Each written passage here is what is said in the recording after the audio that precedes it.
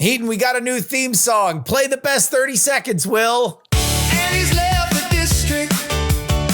He decided to roam.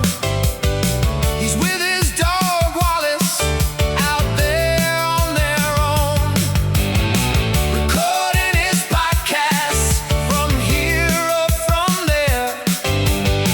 His next episode will be from who knows where. Oh, he's traveling the country in his little fuck bus so grand. No landlord, no lease. Did you like your new sequel? Your new sequel to Heaton's Little Fuck Bus? I love it. Not only do I like that Heaton's Little Fuck Bus has become a recurring trope on the show that will almost certainly make its way into eventual merch. But on top of that, I think this is a great use of AI. I think making shit for your friends or your parasocial relationships is a really fun use for it. Yeah. Yeah, it's a good little song. It was. Also, It was I had a snappy. listener write in that had a brilliant idea that I'm absolutely going to do. You know how bands will do T-shirts with all of the locations that they go to, like, you know, June 5th, St. Louis, tour Missouri. shirts. Yeah. The listener suggested I do a tour shirt of all the funny place names that I regularly invoke, like Longstain, Missouri, Gleep, Nevada, San Placenta, Texas, all that. And I was like, that's brilliant, because then I can put it all on there and it'll be kind of like an inside joke for people. Heaton's fake name tour, fake city name tour. Yeah. No, that's a good That's idea. a pretty good one. I might even just, you know what? I used to have a gigs thing on my homepage of like, here's where I'm doing stand-up. But the reality is most of the stand-up I do is now for like think tanks and political action committees and things. They're usually not open. So maybe I'll just have that permanently there without an actual year date. June 4th, I will be in Longstain, Missouri. June 6th, I will be in Baleful, North Dakota. You got to make sure that some of these aren't real. I know. That's a good point. Because like some of them, like the new ones I came up with the last couple of months are Goat Bitch, Alabama, and Toad Hump, Texas. And like Toad Hump, Texas, I could see that being a real thing, because there used to be, I'm not making this up, there used to be a Toad Suck, Texas, and they renamed themselves, like, I don't know, like they renamed themselves Confederate Texas. I don't remember. They came up, eventually they went, we need something better than Toad Suck. But that was a name for a while. There's a former governor of Oklahoma, Alfalfa Bill Murray, that was born in Toad Suck, Texas. And that seemed to determine his whole life trajectory. So I don't know. You're right. I got to check on these things. Yeah. I wonder where Goat Bitch, Alabama voted in the primary last night. I have to look that up on the New York Times map. They went populist is the answer to that. Whatever pretty sure Goat Bitch, Alabama voted populist. Yeah. It was funny when John Cornyn got blew out against Ken Paxton in the Texas primary. John Cornyn won 2 counties. One of them was mine, Travis County, where Austin is. Yeah. And the other was a county on the border that had 8 registered votes. And Cornyn won 5 of them, and Ken Paxton won 3 of them. Wow. Okay. So I imagine the Goat Bitch, Alabama would be a similar story, that there's only like 2 or 3 people voting in Goat Bitch, Alabama. Yeah, I think probably so. Where the skies are so blue. Jen, where the hell are you? I am in Seattle, Washington. You're in Seattle. Why are you in Seattle? Because my niece is having her bat mitzvah on Saturday. And so the whole family's coming in, and yeah, it's going to be a lot of fun. I'm really proud of it. I'm very jealous. I've never been to a bar mitzvah and bar mitzvah. I've never been. Really? I've never been to a mitzvah, period. I've only been to Purim and some Seders. But, we just kind of like, we and a wedding. I've done the church thing. Like, we just like don't bother with the T and R. We just go bar mitzvah. That way you don't have to. Yeah, I like that. Why make it gendered? It's a bar mitzvah. Yeah. I mean, there are specific religious reasons why you make it gendered, but we can leave that for the Talmudic scholars in the audience. They've accepted that I'm goy. Like, it's fine. They let me get away with my bullshit. Yeah. Okay, so what are the things that I like to do in any culture is just go, hey, this subgroup here, what are they about? And so, like, when I'm hanging out at a synagogue or I'm in a Seder, I'm like, Reconstruction Jews, what are they exactly? everyone has opinions on Reconstruction Jews. Like that's like a hot topic apparently within the various schools of, Orthodox Judaism, ultra-Orthodox Judaism. So if I just want to like defer conversation, what's Reconstruction Jews exactly? Like then I can just kind of sit back. It's like if you're in Scotland and you go, Braveheart, it's pretty accurate, right? Everybody wants to weigh in on it. So you get into a sticky situation, Jen, talking about Israel, Palestine, anything like that. Just ask, what does everybody think about Reconstruction Jews? Sit back. No, and I don't think we're just going to go let there. him go. Speaking of Scotland, are you aware of what's happening to Boston, Massachusetts right now? Oh Jen? my God. I love it so much. The Scottish have drank all the beer in Boston. They literally, the reports are, and this is anecdotal, but these are Boston bartenders, so I don't imagine that they would have any reason to hype this up. But they have said that the alcohol sales are 3 times a St. Patrick's Day every day. It is they are literally draining kegs dry to the point where they're needing to ship in extra ones. And there was one story that I found too amazing to not share, which was there's apparently a liquor store in Boston that has a bar, and the Tartan Army had found their way there. A woman walked up, bought 2 bottles of water, and she was booed roundly by everybody who was standing at the bar. The Scots are not playing around. This has been probably the greatest cross-cultural exchange that I could have ever imagined. This World Cup, everybody is having an absolute blast, and I could not be. I be more. I think this might be what finally gets me into sports. By the way, everybody's having so much fun. I like the whole like Europeans discovering the joy of America element. Like that. This seems to me to be a really healthy thing. Also, I'm jealous of the people in Boston because the Scots are fun sports fans. Like when I went to a rugby game a few years ago, and it was a fairly normal rugby game, but the preceding one, like the week before I was there, was Scotland against Germany. Germany kicked Scotland's ass, and like 3/4 of the way through the game, the Germans did some kind of chant of like, "Yay, we're doing it! Good job, Germany!" And a guy from Scotland just stood up and went, "Stand if you won the war." And then everybody quietly stood up. They're going to other sporting events too. Like they went to a Boston Red Sox game and just dominated the game with their own chants and like singing along to certain songs. That's great. Just phenomenal. And then there's the Freddie character, this German who popped up a few weeks ago before the games had started by saying, "Wow, I just found a Waffle House." I talked about him last week on the show because he was blown away by how big the houses were in the Atlanta suburb of Gainesville, Georgia. But now he's a fucking legit celebrity. He's being fought over by other celebrities. JJ Watt bought him a gigantic hotel suite in Houston, which is where they're staying there.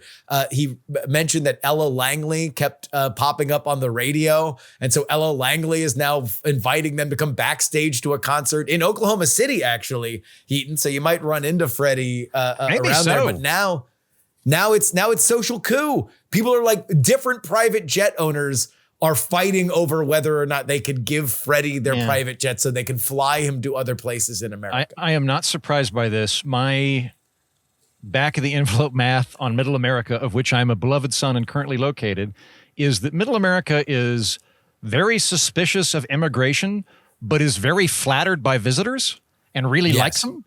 Like when I was in college, these many years ago, I used to do these things called weekends of awesomeness, where my roommate and I would pick a quadrant of Oklahoma. We'd go there and we'd just look for weird shit to do. And we'd bring other college students with us. And when we were in Southeast Oklahoma, we had a Frenchman with us, Guillaume. And everywhere we went, people were over the moon that a Frenchman was visiting. Like we stumbled into this place called Veterans Colony. It's a town owned by veterans originally founded by veterans in the Spanish-American War, but the town itself owns the houses and just allocates them to veterans. Very nice community. We went there for kind of a Halloween type thing, and like literally everybody we met when they found out that Guillaume was visiting from France was like, "Oh, we've got a hot tub and a guest room." Like everyone invited us to stay with them, wanted us to come over. Like they were like, we do. Cousin Shirley's not married, is she? She's not married. She's divorced now, Guillaume. Like they were rolling out the red carpet. That's so fun. I'm going to get to go to the watch party here in Seattle on Friday for USA versus Australia. We're bringing my 16-year-old nephew. Yeah, and he's a soccer player too. So we're going to have a good time out there. We're not buying tickets because obviously they're too expensive. But there's watch parties all over downtown. So we're going to just join the madness. And it's all English speakers. So it's going to be USA, Australia. I think it's going to be chaos. A lot of banter. A lot of Australians are banter. fun. It's gonna be really, really, really fun. I think I the could World see the Cup's Aussies emptying some bars of their beer too. Oh, the Australians are great. Like I went over there for a month. I went to Perth in Western Australia, and I was there for a month years ago when I was dating a gal from there. And first of all, Perth is the closest thing to Oklahoma I've ever been to outside of Oklahoma. Like it's just it's Waco plus kangaroos. It is like Perth is straight up like it's a big flat suburban area where people are really happy and friendly and a little bit racist, but they'll fix your car. Like I was like, I get this. I know this environment. And I think that the Australians are so cool because they all know that they might die any day. Like when I went there, my girlfriend's mom welcomed me to the house and she went, right, if you go in the backyard, wear boots because there's snakes. And if they bite you, you'll die. I got bit by a snake and I died, but they brought me back. And like, that's everyone in Australia. It's just like you put on boots, a spider might kill you. And I think as a result, they just kind of chill because they've made peace with death. Well, I think they'll be safer here in Seattle, I hope. Jen, I did see a real ass bald eagle flying around the stadium the other day. So there's a lot of like America good signs going on in this. Well, city. they're actually like native up there, right? You see them all the time and it never stops being cool. Yeah. I've seen them. I've seen like 5 of them since I've been here. I've been here for 5 days. I have heard that bald eagles are essentially vultures with a better PR agent. Yeah. Like they are just sit in the very trees. similar like to vultures. They're just cute vultures. That's it. Yeah, they got the mascot tag and they look cool and vultures look aerodynamic when they're diving too, but I guess bald eagles look more rad when doing it, but they also are just scavenger animals. So it's like they're just waiting for something to die so they can pick it clean. But I've seen multiple instances where crows attack the bald eagles. Whether the bald eagle, like one was in the tree and the crows were attacking it. And then really cool outside my window here the other day, it was flying around and there was a bunch of crows that were just taking turns, like trying to get them. So there's some kind of battle going on in birdland. I love the effort that goes into categorizing official, national, or state animals. Like the bison is the official mammal of the United States. And like every state has an official dinosaur. Oklahoma's is the best, of course, which is Acrocanthosaurus atachensis, which is way better than New Jersey's pissant little Hadrosaurus folky. But like every state has an official dinosaur, and then they'll have other shit all over it. Like I think this is actually a very good thing for politicians to waste our time on because they're not fucking anything else up. Who got the T-Rex? I don't know that anybody has a T-Rex. I think that there's several. There's only about the 12 Great Thunder Lizard. The Great and Terrible T-Rex. I don't know that we had T-Rexes in the continental United States. That's probably so it has to be from here. Time to edit that Wikipedia, dog. We need the big guy. I'm not just saying this out of state pride, but I think the Acronathosaurus atachensis is probably your closest proxy in terms of large carnivorous dinosaurs. Most of the other ones are like brontosaurus. All right, things. Fine. Rename them T-Rex. That's the Okie T-Rex. That's what we should have called it. The Red River T-Rex. Yeah. Redneck T-Rex. That's what we need.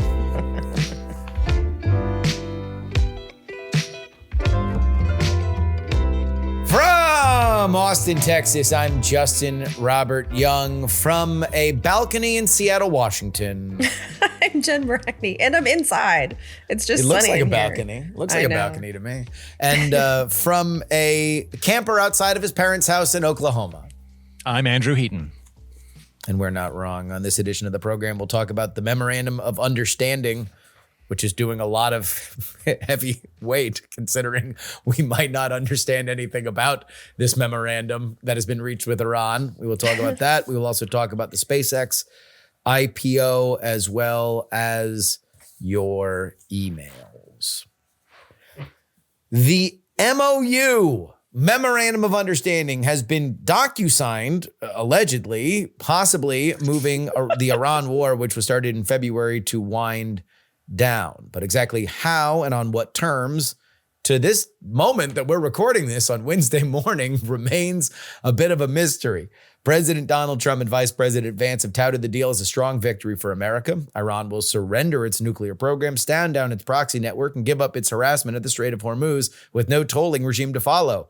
And yet, Iranian media celebrates the deal as a decisive win for the Islamic Republic. Iran will gain access to hundreds of billions of dollars in frozen assets, continue their nuclear program, and still toll the Strait. Mr. Andrew Heaton, there is to be a signing of this memorandum of understanding at the end of the week, allegedly, at least that's what they had initially announced. Considering the discrepancies in the way that each side is talking about it, does this even happen? And if we're that far apart, why are we pretending that we have a deal? Okay. I can separate this into two verticals. There's what I hope happens and what I think happens. Mm-hmm. What I think happens is a lot simpler because I have no idea.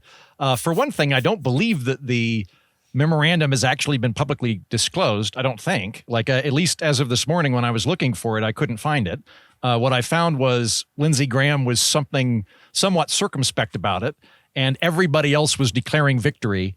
And I do have information on that. So a Saudi news outlet, Al Arabiata, said that they published it. Oh, okay. That was very similar to a version that CNN published, but with certain words changed. Okay. And the Wall Street Journal, I believe, has also published a version of it. They are all slightly different. Yeah, that's fine. Treaties are very vague, and you can have they're like different versions of the Bible. Maybe you have the King James version and I have the nothing's New ever gone International wrong with version. That. Yeah, it doesn't matter, right? I mean, as long as we all are operating on good faith as friends and neighbors, it shouldn't cause any kind of problem. As a side note, I don't like Trump, but he is very funny. I got to give this to him. Somebody asked him about a ceasefire. And he went, yeah, we've got a ceasefire. And they went, well, what does that mean? And he said, well, in the Middle East, it just means you shoot at people at a more moderate pace. And I was like, that's not only is that accurate, that's actually kind of accurate for ceasefires in general. I did a little bit of research on that. Most ceasefires have peripheral shooting involved. Very few of them actually have zero casualties. So yeah, I don't know the contents of the memorandum, to be honest with you. I spent an hour and a half this morning learning about football law in preparation for the Patreon episode we're going to do. So I'm very, very up to snuff on the multiple levels of legality involving a man named Sorbsy. Yeah, I hope that there is peace in the Middle East very soon. With all my heart, I hope that is the case. I am rooting for that to happen. I don't know. I have two vague thoughts that are contextual to the current travails, independent of the memorandum.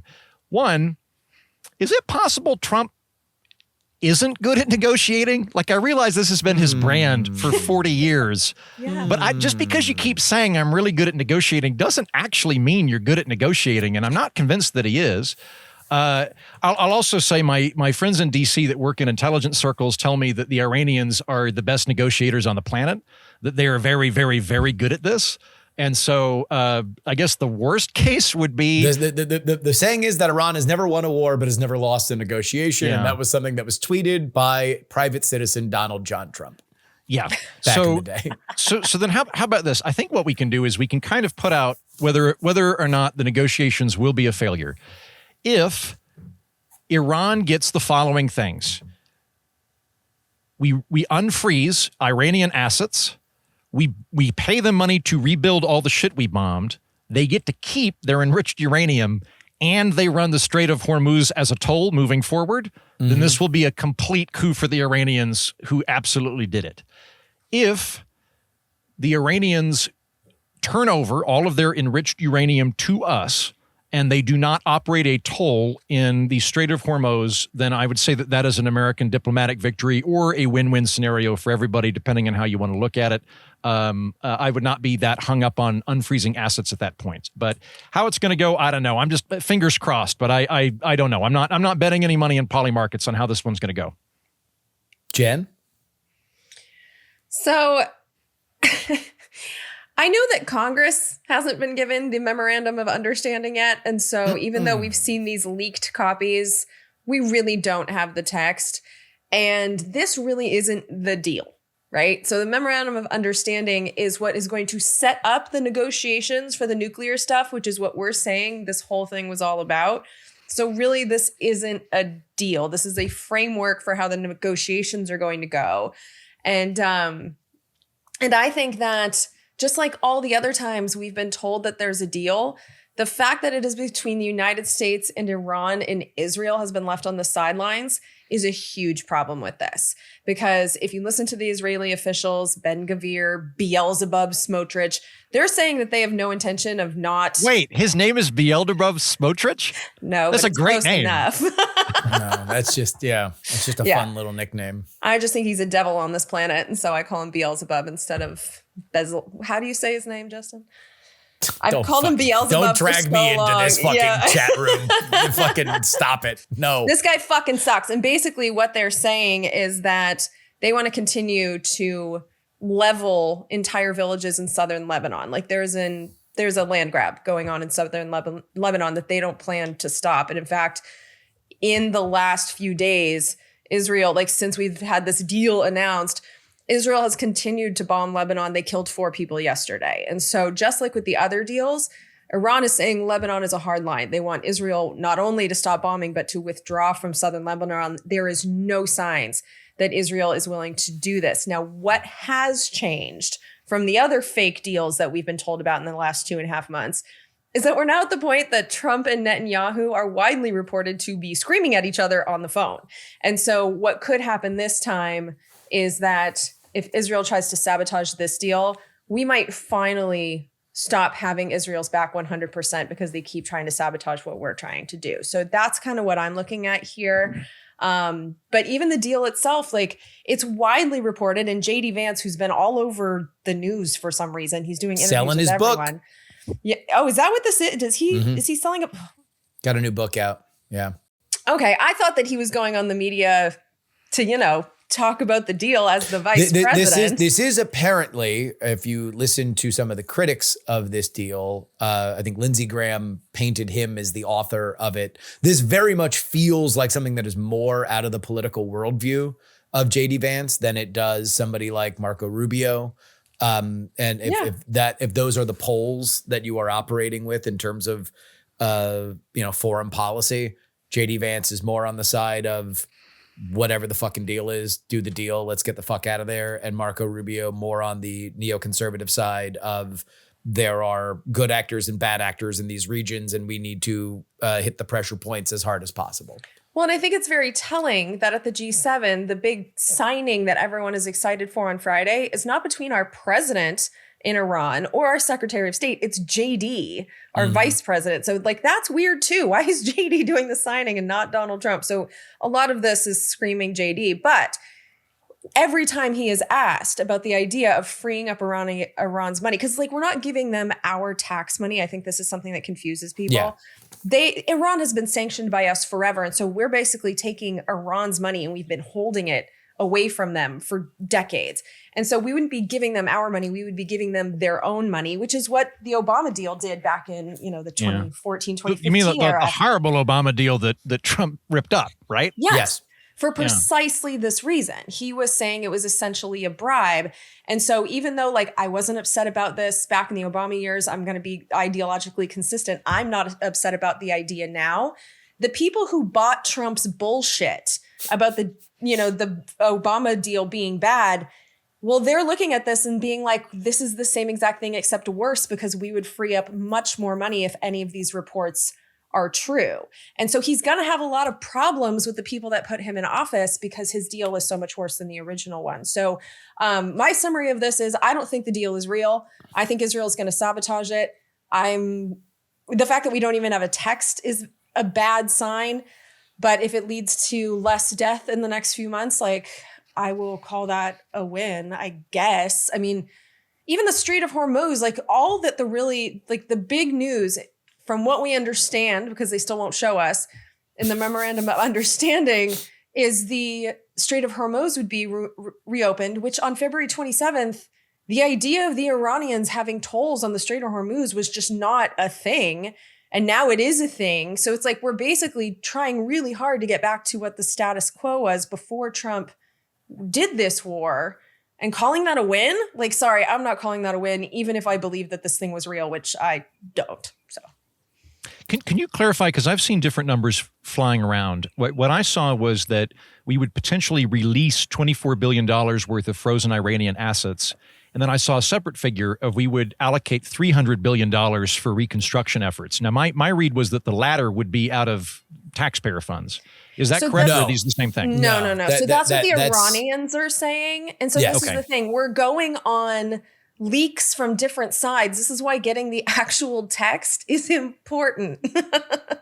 But yeah, so we're looking at numbers between 24, which would be less than the Obama deal, or 300 billion, which would be more. It's two different sums. It's two different sums, at least listed in the memorandum of the different versions of the memorandums of understanding. One is 24 billion. That would be frozen assets that we have in the region, at least in the memorandums of understanding that I have seen. You never know. A new one could come out before we're done with this. But there is no American taxpayer dollars that are out there. This is all either A, frozen Iranian assets. That would be the lump sum of 20 to 30 billion that they're talking about. And then there's a 300 billion reconstruction fund that in the memorandum of understanding is described as coming from Gulf countries. Now, does that mean that America backstops that? Does that mean that America pays the Gulf countries to pay it? That's where we get into kind of a more interesting, we need the details of this conversation. Or is that not real and just Iranian bullshit? Exactly. Or is it, part of me when I was thinking about this today, I'm like, God damn, that's a lot of money that the Iranians are counting on getting. And then I was like, wait a minute. They're counting on Donald Trump paying them? This is brilliant. This is amazing. Like ask a million different contractors. That shit doesn't happen. He'll find a reason to say that, like, oh, sorry, the corner wasn't painted. You're not getting paid. So a few things.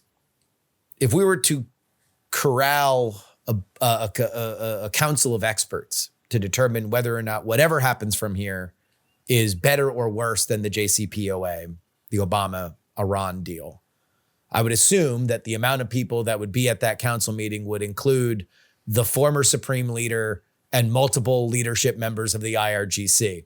Unfortunately, I don't think that they'd be answering their evites because they're dead. So if you're looking at the difference between that and this, I do think you need to understand the loss of their leadership and the loss of their military equipment. We don't know the extent of it, but if we're going to tally up exactly how much that they've destroyed of our far-flung international outposts of military stuff, we did it in their own country, and Israel did it in their own country. So I do think that even if, let's say, they got more money in unfrozen assets than they got in the Iran deal, I don't think that there's any realm in which they could say that they came out ahead on this one compared to that one. Now, with that being said, it looks like there's been a thing that I've been tracking the last several weeks, which is that gas prices in America have been plummeting for 4 weeks now. Yeah. While the Strait of Hormuz has been closed. And nobody's fucking talking about it. Even now, when people are like, oh, now because of the deal, it's falling.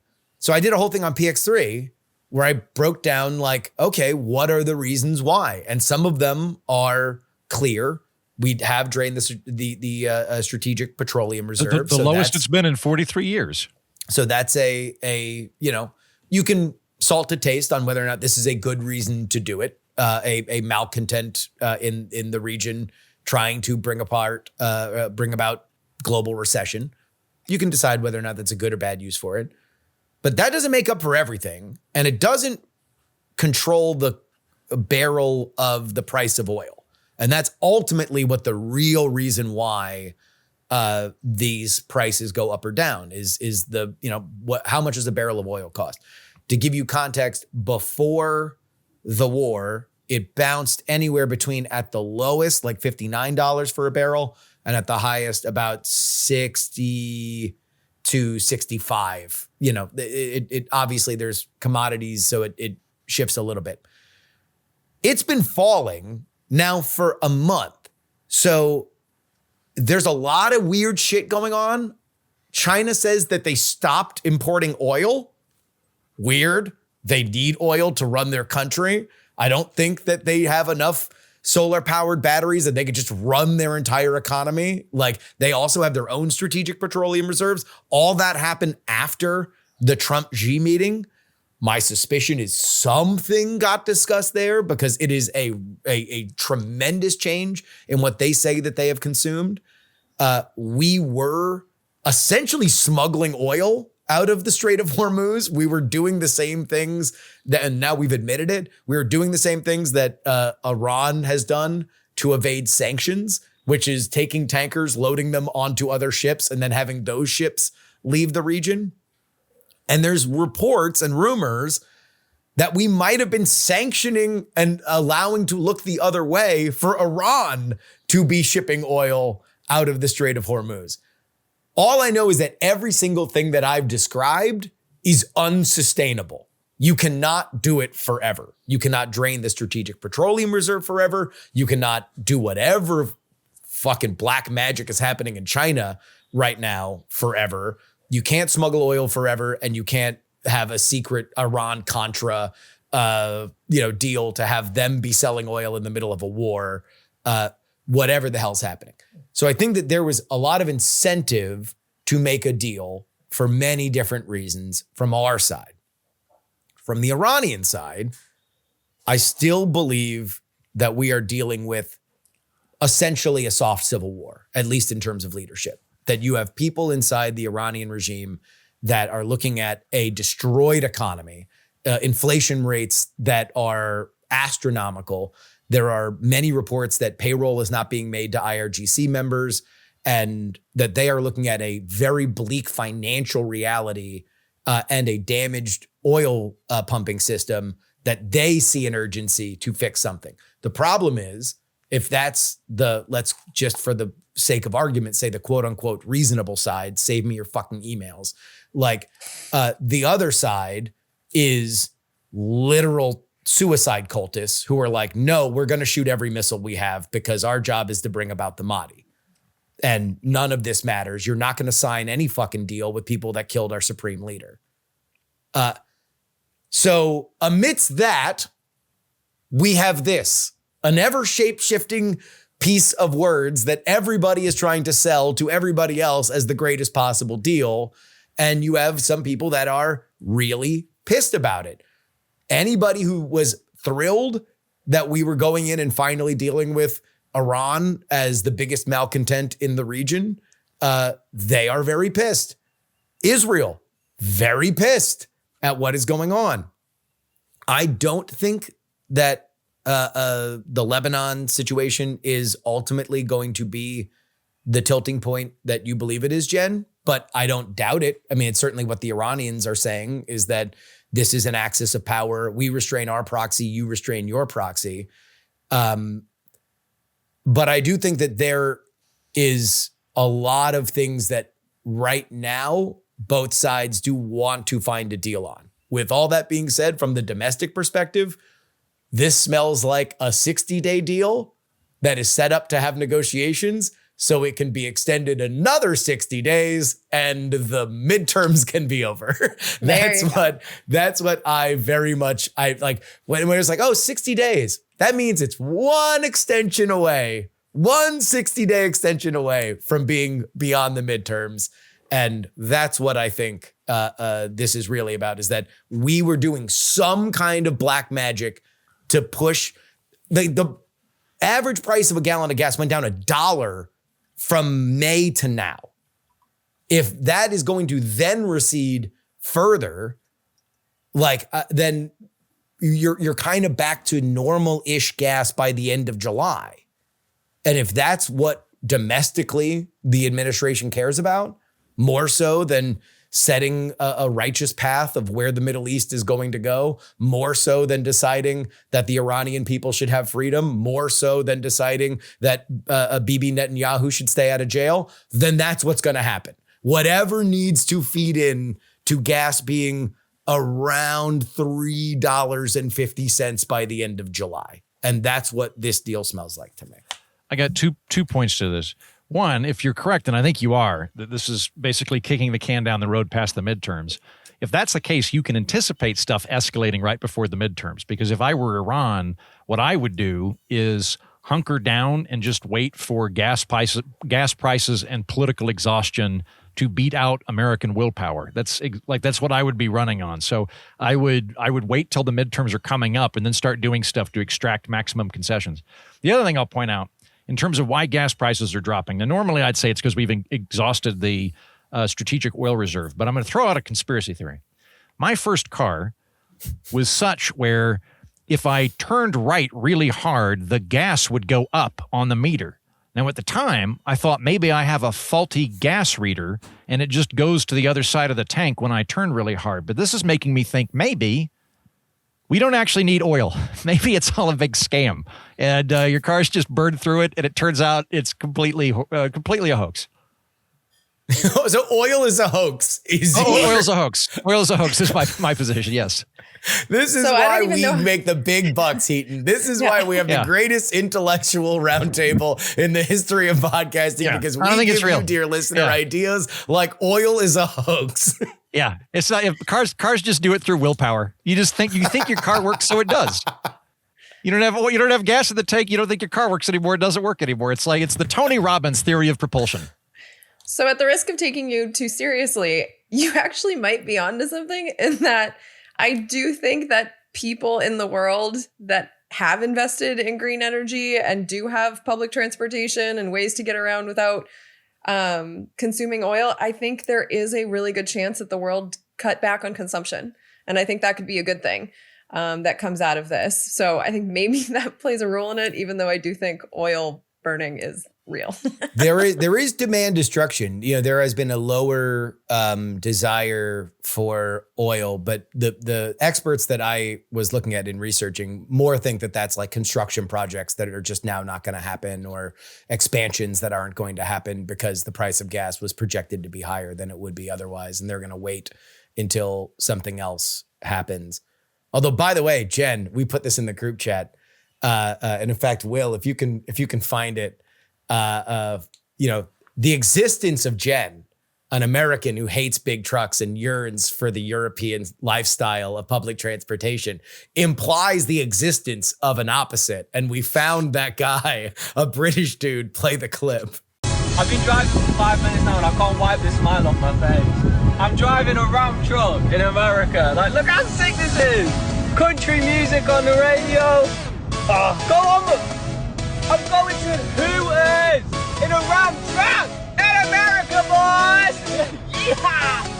Praise for freedom!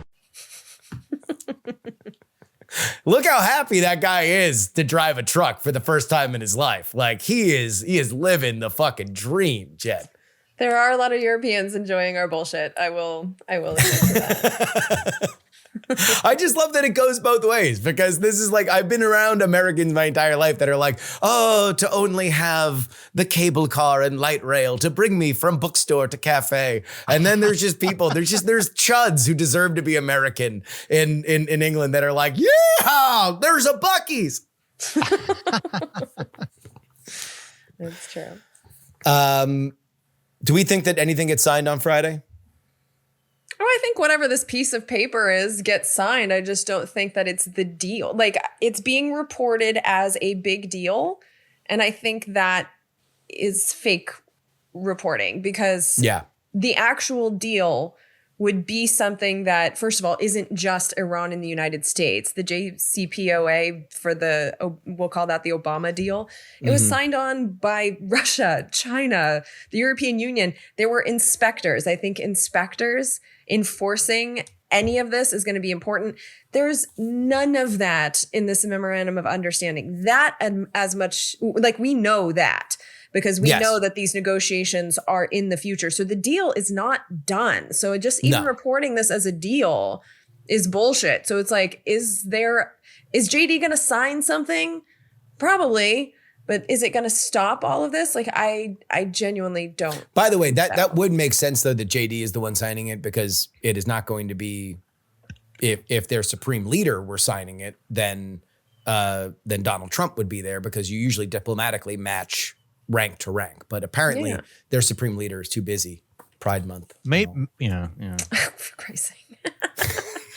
Also, still hasn't been seen. No. Well, he's got to get his tan right, for the parade. Or he's dead. Or he's dead. or he's just kind of a legless potato who's on life support or non-existent. I mean, either way, he is just kind of a flat Stanley that elements of the IRGC are just sort of moving around and saying agrees with them. Yeah. I'm every day we don't see this man, I wonder if he exists. But that's, again, it's like whenever we talk about like, oh, well, what is this versus that? Like, I really think that the JCPOA, remove politics from it and remove that there was a cage fight on the White House where a winning fighter said Michelle Obama's a man, which obviously there's a lot of culture war that gets involved in what we're talking about. But in terms of international relations, I don't think that the JCPOA is a great comparison point. That there's probably better wartime understandings for what is happening right now than JCPOA, which theoretically was entirely statecraft. That was all just Dumb question. What is the JPCOA? That was the Obama-Iran deal. All right. And I still think that was a bad deal. I think that it did not meaningfully achieve its aims from the United States perspective. Whether or not we gave them money, it didn't. It was not doing what it was supposed to do. And I don't think that Iran had any incentive to do what we were trying to incentivize them to do. But how was it not? Because like Iran wasn't developing nuclear weapons. We had inspectors in there checking on it. The world had signed off on the deal. Like, how is this a bad deal that would have? Because like when I look at the JCPOA looking back now, I think it could have prevented all of this. So I think it's a tragedy that Trump took us out of it just to put us into a deal that looks so much like it. Well, let's start with it sunsetted. So at a certain point, it was not bound. They were not bound by anything. It would have already been done by now, even if we didn't leave it earlier. So essentially, we were only ending it. What was that? Extensions happen all the time. We don't know that it would have ended. That deal was ending. So this was not a permanent solution to a problem. This was just wait and hide for a few years, and then you're going to be able to do whatever you want unfettered. So we ended it early, but we didn't end it. And if theoretically between what has happened militarily, both with the Midnight Hammer raid about a year ago, whatever damage that we have done in the bombings since then, and then anything that would happen, quote unquote, the nuclear dust. And I share everybody's skepticism on whether or not this is actually going to happen. Because I do believe that there are elements of the IRGC that are actual suicide cultists that will not listen to anybody and will do, even if there are leadership members of Iran right now that think this is the best thing to do. Hey, we don't need a nuclear weapon. We can just try to close the Strait of Hormuz. Let's invest everything we have in drones and other tech. We don't need that as a backstop anymore. I still think that there would be people that would stop it. That being said, if it happened, it would be meaningfully, significantly better than the outcome we wanted out of JCPOA, which I don't think was close to happening and had no enforcement mechanism. So when I look at JCPOA, I see an Iran that was willing to deal not just with us, but with the world. And even if it expired, there was a chance of extending it. But I think the diplomacy is the point. I think us pulling out of that deal before it expired, before there was a chance to extend it, just pulling out of it the way that we did and slapping sanctions on Iran, it was incredible bad faith. I think that had that not happened, had we kept our word, we would have more credibility in all of these negotiations. I think there's a chance that the Ayatollah would still be alive. He's someone who said that they didn't even want nuclear weapons. And now like his son, if his son is in charge, is more willing to develop them. And I don't think that is good for the world. I don't think that the massive infrastructure damage, both in Iran and in our allies and to our military bases, we still don't know the extent of the damage on our own military bases. All of this didn't have to happen. We were on a diplomatic path with Iran, and Donald Trump is the one that took us off of it. And it is Donald Trump, whose word is worth nothing, that is really struggling to get us back on that diplomatic path. So when I look at the JCPOA, it's the lack of credibility that we now have because we broke that deal. Whether you like the deal or not, what we did was shitty by pulling out of it. Like, we're the ones who betrayed that deal, not them. And that's shameful. And I think it's hurting us in the present moment in a lot of different ways, physical and reputationally. Yeah. You have a lot more faith in Iran than I do, is all I would say. It's not like there were the thing I liked about the JCPOA is that there were outside inspectors that were going in there and check. Like, you can distrust Iran all you want, but I do have more faith in the Atomic Energy Agency that had people going in there and checking. Ever since we pulled out of that deal, they haven't been able to go in there and check. Like, we lost the independent analysis. They said that they weren't allowed everywhere that they wanted to go, and that is where it's still better than where we're at now. So much better than where we're at now. Again, we can disagree with where we went. I just think that was a toothless deal, and I don't have faith in the Iranians. And now, whether or not we have made ourselves bad actors in the region, like, put it on the fucking tab. Like, well, I don't like this tab that we're building. I don't think that's the thing that would make people. I mean, I think being friends with the Jews, you can kind of begin and end it right there in terms of the regional faith from some of those players, with Iran being at the top of those lists. But that deal was signed. Russia, China, the Europeans. Didn't Obama not sign it? Wasn't it an unsigned deal? For the record, the JPCOA that you're referring to is a presidential agreement, not a treaty, because it was never ratified by the Senate. It was literally at the discretion of the president at the time it was made, and that was understood. So the idea that another president could come in and alter the terms of it was baked into it from the beginning. I don't think you could say we reneged on the agreement so much as we are not a reliable and predictive actor in all of this. It wasn't a treaty. It was a presidential agreement. A new president came in and got rid of the agreement. That was one of the problems with it from the get-go. Immediately slapped sanctions on them. Yeah, and if I were Iran, I would go, hey, apparently presidential agreements are fickle and arbitrary with the United States. I think that that's a legitimate thing. I don't know that it raises the idea of like us breaking a treaty or something like that, because it was never ratified and it was always going to be something you could pull out of. Well, yeah, I never called it a treaty. I called it a deal. But like, when you make a deal with someone and then you pull out of it arbitrarily like that on behalf of the United States, and we're also dealing with the same fucking guy that did that. We reelected that guy, and he's the one who's now making a deal, knowing damn well that he doesn't honor the deals that have already been made. It just puts us in a terrible negotiating position. While that deal position. Was ongoing, they were funding proxy armies that were killing American soldiers. Jen, no one is saying Iran good. Can you say that is not what's being said. Jen, I'm with you on I'm with you on the Obama deal being a good thing. I think we should have kept it. I was supportive of that deal when it happened. I was sad it got ripped up. So I don't disagree with you on the merits of the deal. But even when that was being negotiated, I mean, it was well known that a major flaw in it was that this is a presidential agreement. And there was criticism back in the day of the president doesn't get to do this. We don't do diplomacy through presidential word. We do diplomacy through the Senate, which ratifies treaties, and we didn't do that. So, I mean, like anybody entering that agreement would have known this is a handshake agreement with whoever the president happens to be at the time. I think the president we currently have is not a good one, and he was dumb to renege on that deal. But I wouldn't be overly worried about the idea that we have reputational damage from a presidential agreement changing when a new president comes in. I'd be much more worried about everything else, like having an optional war that we did for reasons that are still kind of unclear to me. Nukes, ... Like, that's the stuff I'd be worried about. Well, yeah, and I think what I'm trying to say is that the guy that got us into this mess is the same guy we're asking to get out of it. And he has no credibility whatsoever with these people and with much of the world. And I think that's a really bad thing in this moment. He walked up to the believe our own G7 table president. and said, "I'm the boss."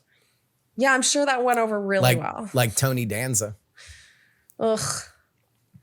Angela. Remember that? Yeah. It was a good chat. Patreon.com/we're not wrong. He'd already teased it. Texas Tech failed transfer. Yeah. Brandon Sorsby is our topic on our Patreon episode, and only Heaton is allowed to talk. I made him do research on a story that is not only controversial in the world of college football, but politically radioactive to the point where I had hardened Republican partisans that were saying they would support James Tallarico based on Ken Paxton's opinion on this particular story.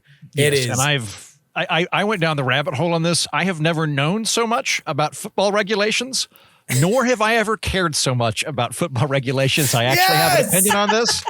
And I had to read, not indictments. I had to read court injunctions. I had to go on the NCAA's website in terms of their gambling protocols.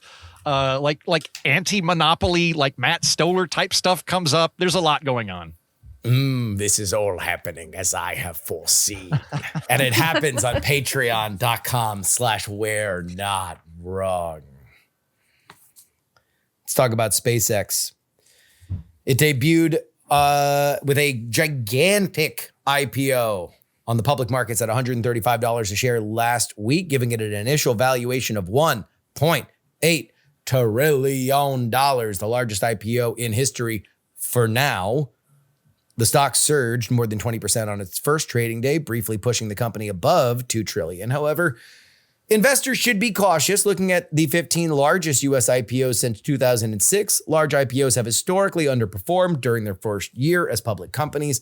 Based on that history, the author estimates of this story that we based it on for finance.yahoo, that about $10,000 of investment in SpaceX today could be worth only about $5,300 a year from now. So buyer beware. Still, if you believe in the long-term prospects, then maybe the price is good. Jen, how much did you invest in the SpaceX IPO? You seem like a natural investor here. Do I look like an Elon stan?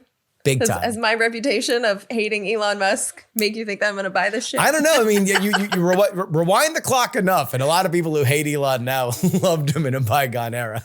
Oh, my family will testify that I have never liked the man. People came around to my side of the Elon Musk debate. I invested $0. I intend to invest $0. But even the people that did invest in this, I'm guessing a lot of you didn't invest either. And I feel like this is a perfect example of the stock market very often being more gambling than investing. Let me explain. So SpaceX is what we are calling this, but SpaceX is now a basket of Elon Musk companies. So there's obviously the SpaceX part of it, but the profitable part of it is Starlink, which is what is allowing dear Andrew to talk to us right now. He's a big fan of the product. A lot of people are. But it also includes some shit that didn't go well for Elon, like Twitter and XAI, which is basically setting money on fire. It is unprofitable. So when you look at the company as a basket, it is not a profitable company. It lost $5 billion last year. And we don't have a lot of information going back because it's always been a very secretive company. And so because it had this IPO, it finally had to open the books.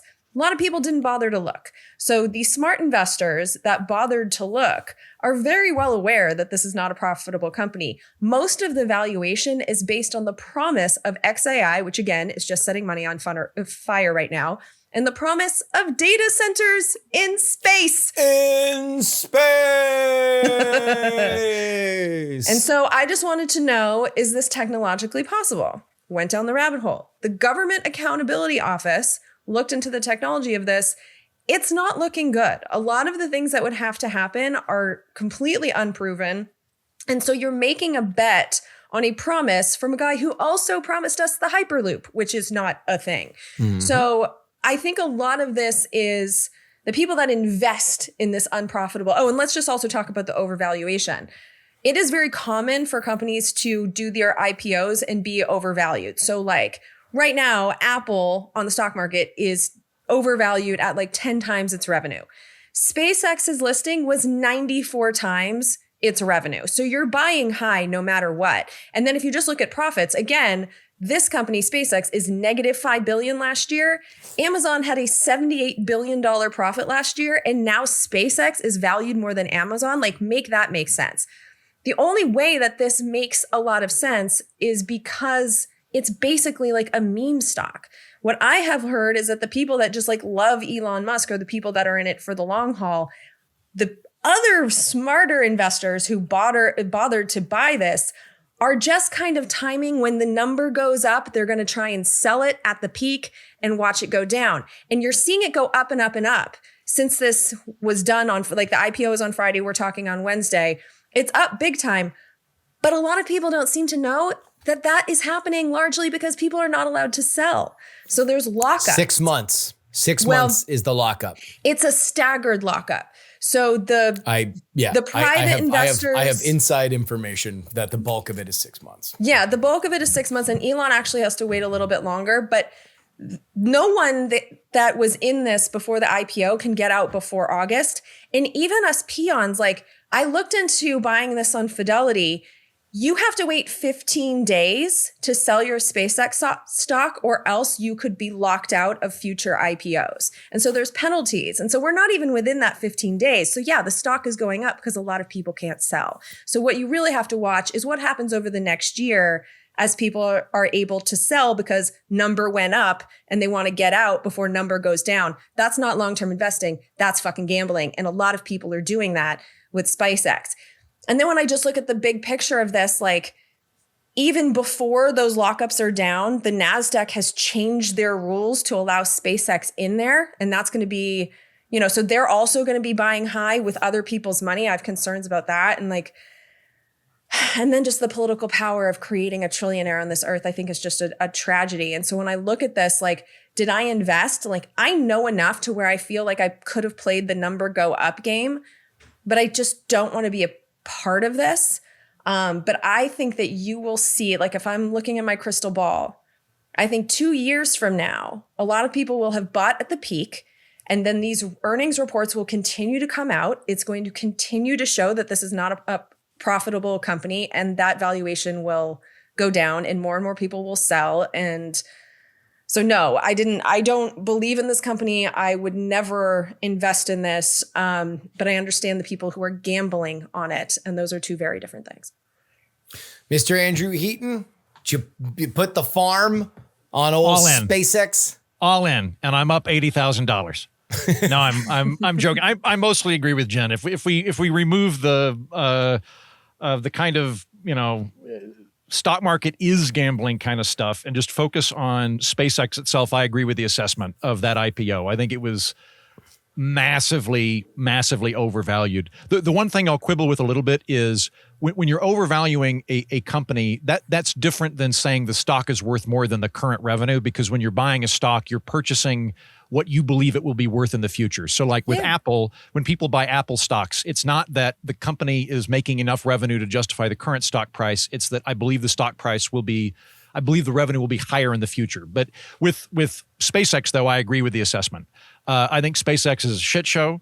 It is a grab bag, as Jen mentioned. If it were just Starlink, I would go in on it because I think Starlink is really interesting. Starlink is the only profitable wing of the company. I think it actually gets a little bit worse from what Jen was saying. So the AI element, the way that the AI, XAI is making money presently, as detailed in the S1 disclosure from the IPO, is it rents out its computing power to competitors.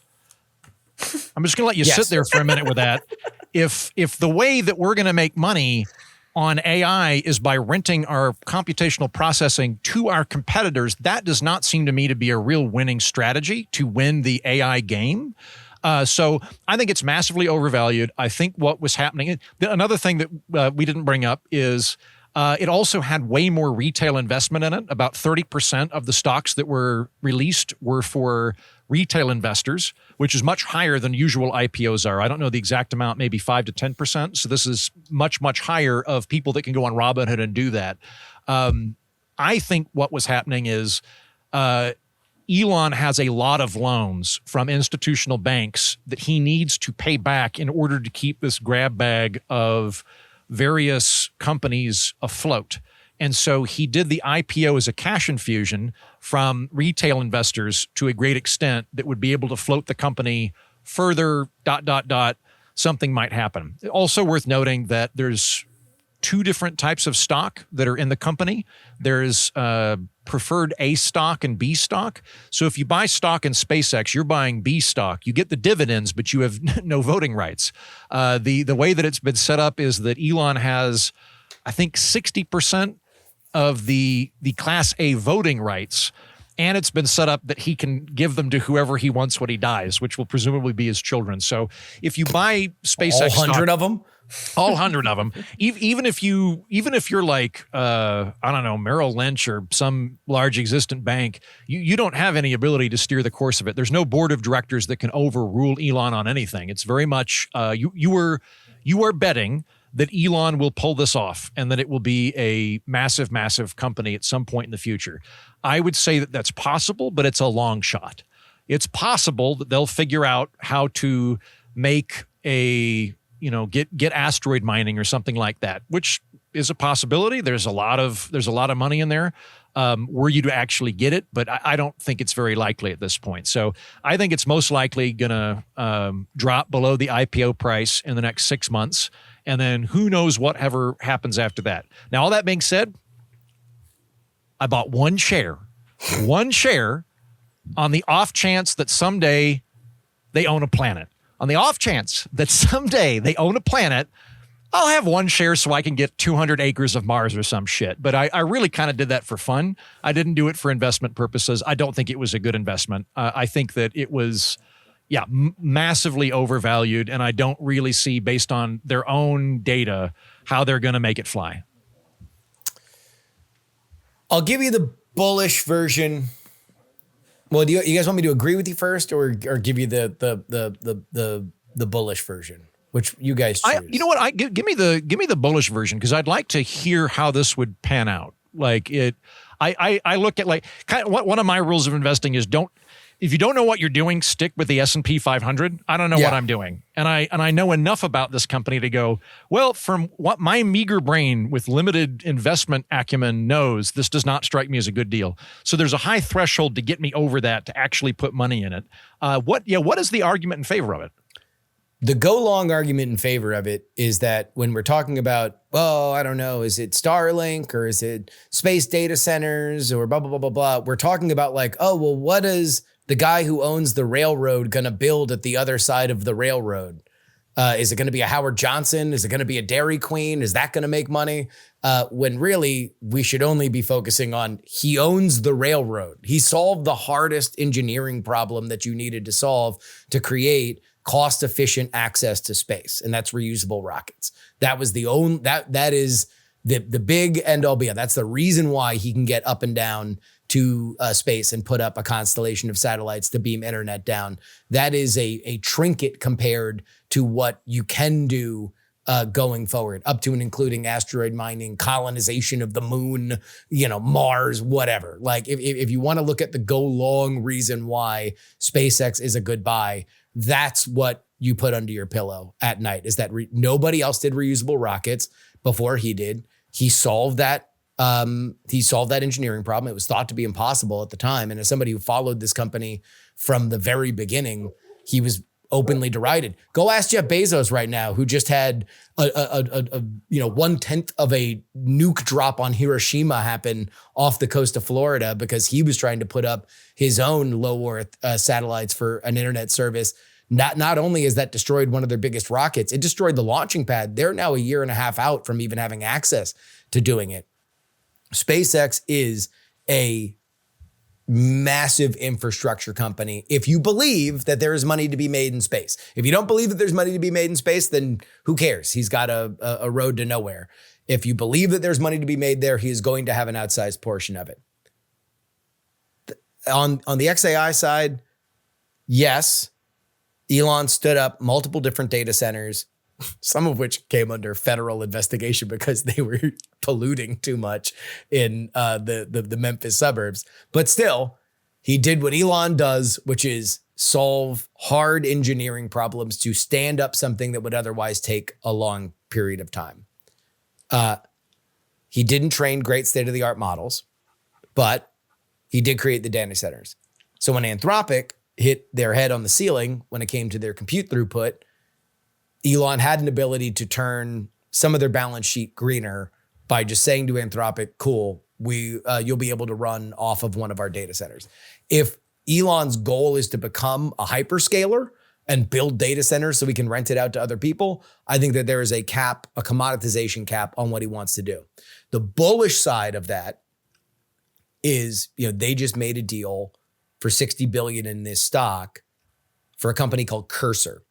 For people who have no idea about AI coding, this isn't going to mean anything to you. All you need to know is that it was a very popular app, is a very popular app that can use all different kinds of models to create computer code. And through that, they've had access to what everybody likes to do to effectively use computer code.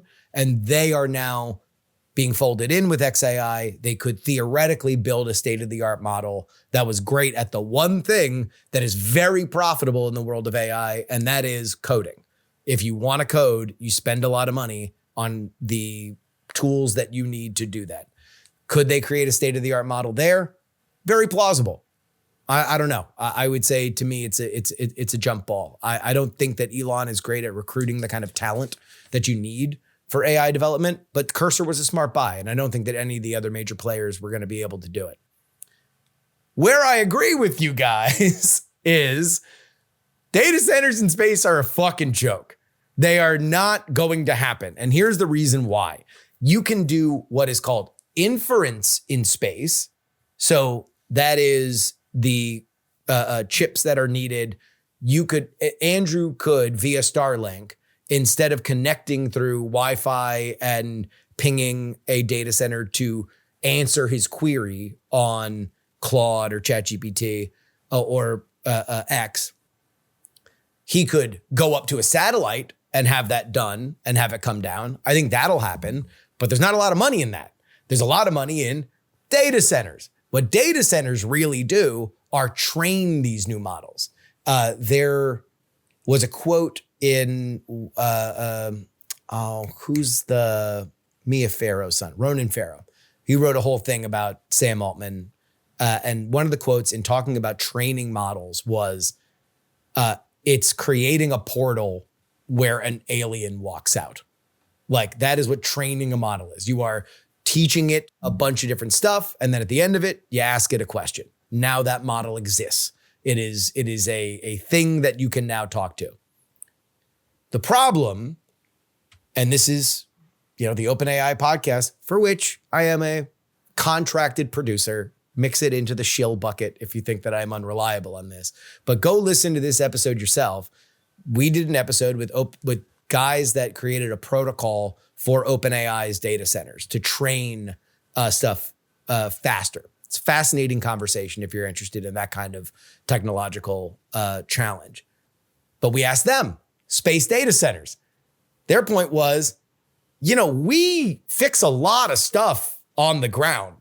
And these chips are very expensive that we put into these data centers. To have reduced access to fix things and have, by the very nature of getting back and forth to orbit, be longer than living in a small town in Iowa and walking into a data center and adjusting things, you're going to update things less. That does not offset what space data centers theoretically offset, which is that it can get essentially infinite energy from the sun. Like that, the cost, opportunity cost of both of those things are not offset by essentially free energy. Well, can I add something to that from the government accountability report? Yeah. Because the other thing, they're closer to the sun. They did say that there's no solar array that exists that can do what they want to do. That is an overcomable hurdle. It just hasn't been overcome. But the bigger issue is the heat. You need to be able to release heat from these data centers, and that's much harder to do in space. And that's just like a physics thing that they don't know that there's not a lot of air in space. It's kind of like if you've got like a really hot horseshoe and you hang it in the air versus you put it in a pool, the pool is going to transmit that heat faster, right? Like we all have blacksmithing experience. And so like that horseshoe does better when it's got a medium to transmit the energy. There's no energy that can be transmitted in space. So it's just entropy, which is much slower. Very, very smart people who are Elon stans or work for SpaceX or work for XAI are online. You can find them, and they have much bigger brains than I do. And they will tell you that physically you can solve some of these problems. It's just a matter of getting up there and figuring it out. What I know is that you're not going to fix the life cycle of chips. You're not going to fix, unless you have people living on these data centers, they're not going to be able to get in there and fix the processes at the same speed that you'd be able to fix the processes on Earth. So really, if you're looking at saving money, this becoming a thing that is now more cost effective than a data center on Earth, I think that there are currently overcomable hurdles, or not overcomable hurdles to making it cheaper than something that is on a terrestrial plane.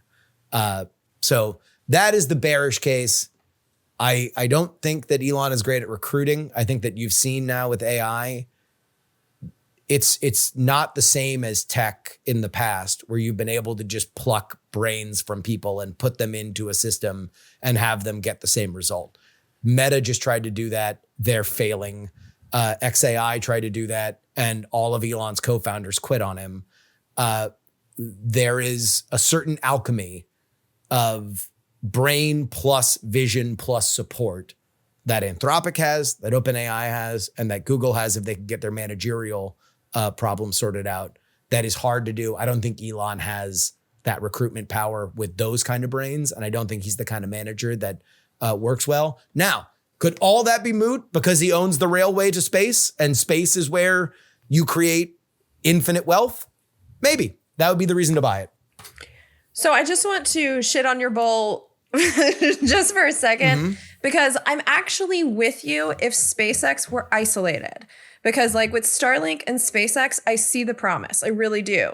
The problem is the basket. And if you look at what SpaceX was saying in their own prospectus, most of the hope that you're betting on here is in XAI, not SpaceX. It's an AI company that owns some rockets, not a rocket company that has some computers. Yeah. And it's not like they're making these promises and you're hoping that like the stock will go up. They're already baked in. So it's like for this to continue to go up, they have to do that and more. And here we are doubting that they can even do what they've promised. Yeah. And it's all going to hinge on what is the next big rocket that they're building? Starship? Like Starship is a year and a half out, and it's all contingent upon that and the S1. Like once Starship's up and running, then all this stuff, and it's like, well, like they've had some really good things with rockets so far, but historically speaking, rockets oftentimes don't work quite as you thought they were going to on the timeline that you thought that they were going to. So the point that all of this is already baked into the price is a very salient one. I believe in SpaceX as a rocket company. I don't think that anybody has moved the genre as forward as SpaceX has, and I think that Elon and Glenn Shotwell, who runs that company, deserve every inch of credit that they very richly deserve. They reduced the carrier fee of getting things into space by 90%, which is insane. Yeah, that is absolutely insane, and it changes the game for everybody. And if it were just a company that was getting satellites into space, it would be the best one in the world, and I would believe in it. That being said, I don't believe in this version of XAI, and I don't believe in data centers in space. Justin, now, did you buy an ornamental stock like me? 6 months from now, if Cursor blows every other, the Cursor X new operating or new model blows OpenAI, blows Anthropic out of the water in terms of coding, does that change my opinion? Yes, but I don't know. I wouldn't bet on it. So no, I did not invest 1 red cent. My AI investment starts with an N and ends with a Nvidia. That's what I think. They are selling concrete, and we are building beautiful, beautiful suburbs. Everybody needs Nvidia chips. We're not wrong pod at gmail.com, where you need to go to write emails into our show. lot of conversation about our California, LA voting discussion at the beginning of last week's show. Our accidental topic. I know. Legit from a distance writes, the real purpose of an election isn't to pick a winner. It's to produce a result that everyone accepts as legitimate. A count that looks bought or riggable fails at that job, even if the ballot was honest. The Supreme Court made the same point in Buckley versus Vallejo. It held that the appearance of corruption is a harm in its own right, of almost equal concern to actual corruption, because public confidence is what keeps the whole system standing. The average voter is never going to study the mechanics, the cure windows, the order ballots get counted in, or why the late vote leans the way it does, and they shouldn't need to. Voters should be able to judge the system by its appearance. If the system looks exploitable, many will assume it is exploitable, and that assumption does the damage whether or not anything improper ever happened. The thing about this is that there isn't the appearance of corruption. The fact that like the ballots take long is actually pretty easy to understand. And I do think it is our job as members of the media to explain that. And what we're seeing is the exact opposite. People who are trying to tell you there's corruption where there's not. So there's a bad faith effort going on right now. And I think that's the problem. They're creating an appearance of corruption that if you were just explaining why it takes long to count the ballots, like you have to be pretty thick not to understand it. I would encourage everybody to go read Nate Silver's piece if you don't trust me. California lags markedly behind all 49 other states. They have a uniquely terrible system that I do think invites scrutiny. Talking past each other writes, I think it's completely appropriate to challenge the system when it's a crappy system, as Justin seems to do regarding how California counts its votes. I also think it's inappropriate to challenge individual workers without evidence, as Jen has brought up. So speak up for the poll workers and officials in charge of the primaries and elections. You're both not wrong. Shocker. High five. High five. Disappointed writes, I thought Brian Ian Heaton made important points. It's entirely possible to criticize California's election system without implying fraud. In fact, I think California's elections are often poorly administered. My home state of Massachusetts, for example, does a much better job in several respects. What concerns me is the willingness to leave open the possibility of fraud without evidence, to say, in effect, I don't know if it's fraud or not. That's not a harmless rhetorical flourish. It's part of a broader dynamic that has damaged public trust in elections over the last decade. Donald Trump was claiming the 2016 election would be fraudulent before votes were even cast because he didn't think that he could win. Then he won, and suddenly there was no fraud. In 2020, there was fraud again because he lost. In 24, it was fraud right up until it looked like he would win, and then there wasn't. The standard has never been evidence. It's been whether or not the outcome was favorable.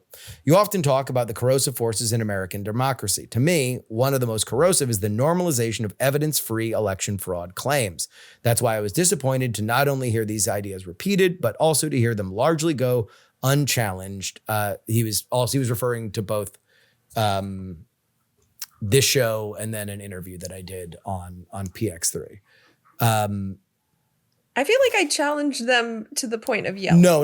He's not talking about you. He's talking about another interview that I did on PX3 where they went unchallenged. She was mentioning, it was a conservative commentator. She was mentioning things about LA, and I was not sufficiently, to this listener's ears, pushing back. And I will again reiterate, I will not fucking apologize for California having a broken system. I will not apologize for it doing real damage in terms of public trust. And I will continue to use any rhetorical flourish necessary to hope that it spurs change.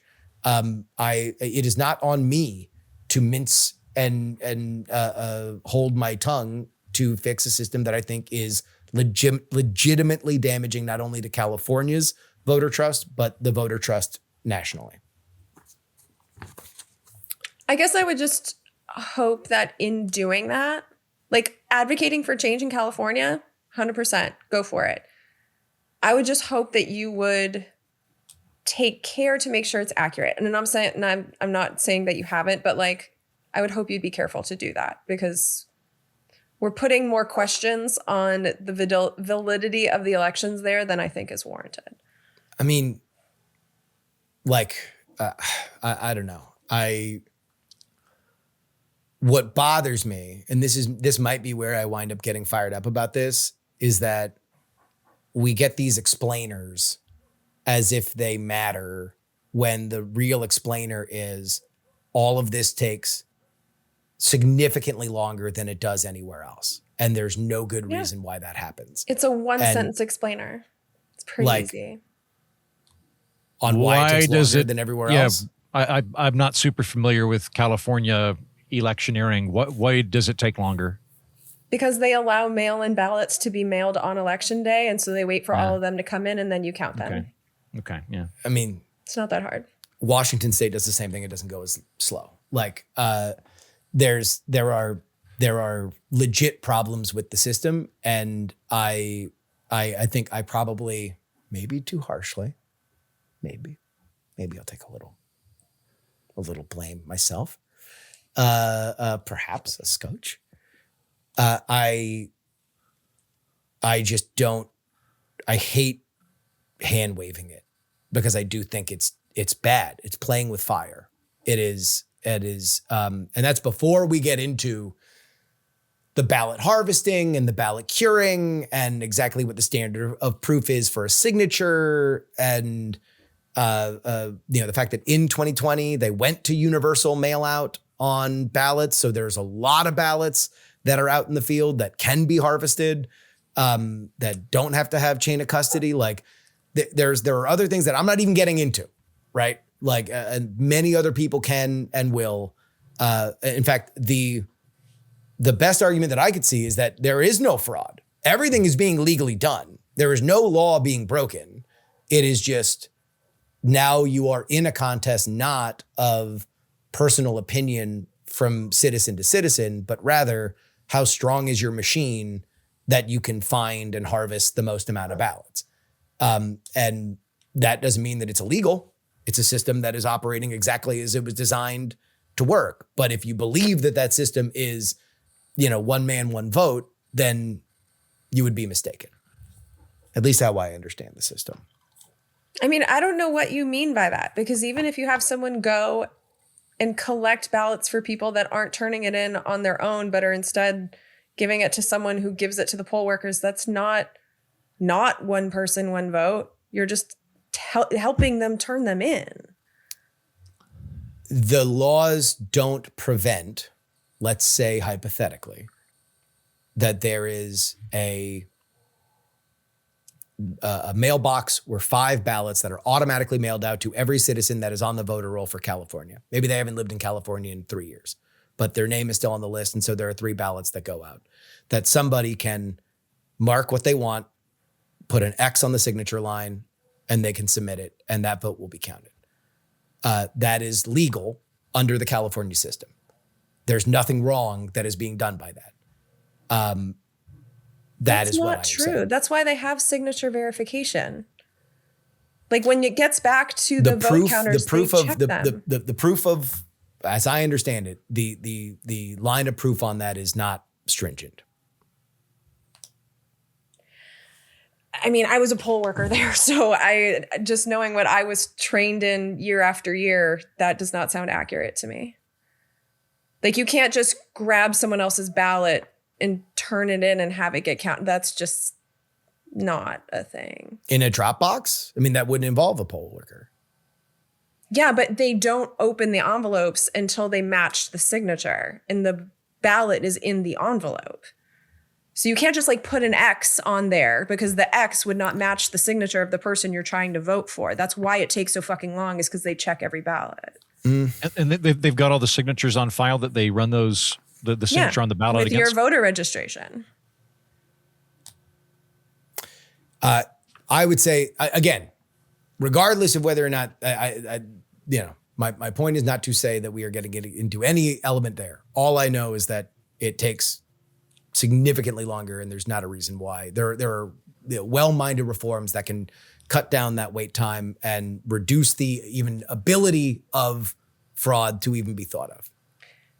Which is fine. And that's fine, but let's be accurate when we're talking about the system as it is, so that when we're arguing for reform, we're arguing for ones that actually make sense.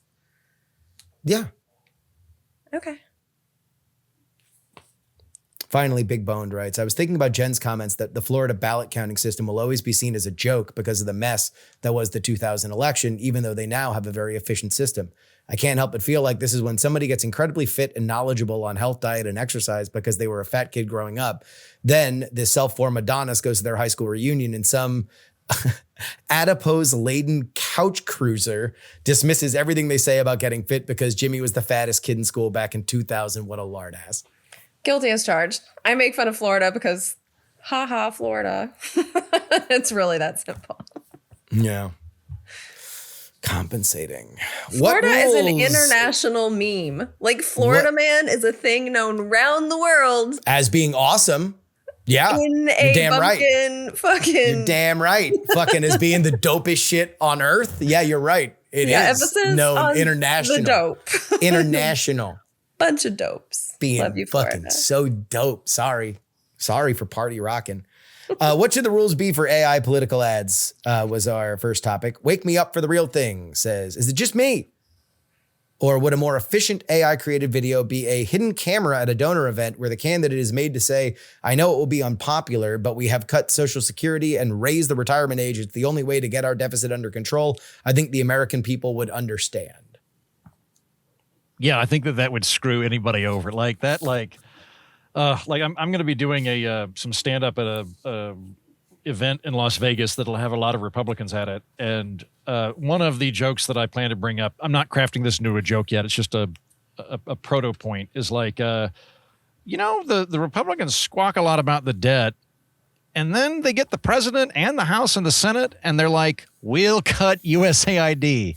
That'll do it. No, the reality is that you're going to have to raise taxes and you're going to have to cut benefits and you're going to have economic growth. And there's really no other combination than that. And no one in power will actually tell you that. The Democrats like to say we can just raise taxes on the wealthy. It's not going to be sufficient. The Republicans like to say we can just grow our way out of it, which is also not going to be sufficient. So yes, your hypothetical scenario, I think, would probably doom just about anybody. I think that gets to, though, our actual conversation, which was, what is the moral line for these things? So creating a fake hot mic tape that you play as if it's real, for me, would fall on the other side of the moral line. Yeah, I think I think even a court would agree with you. I mean, like you can't do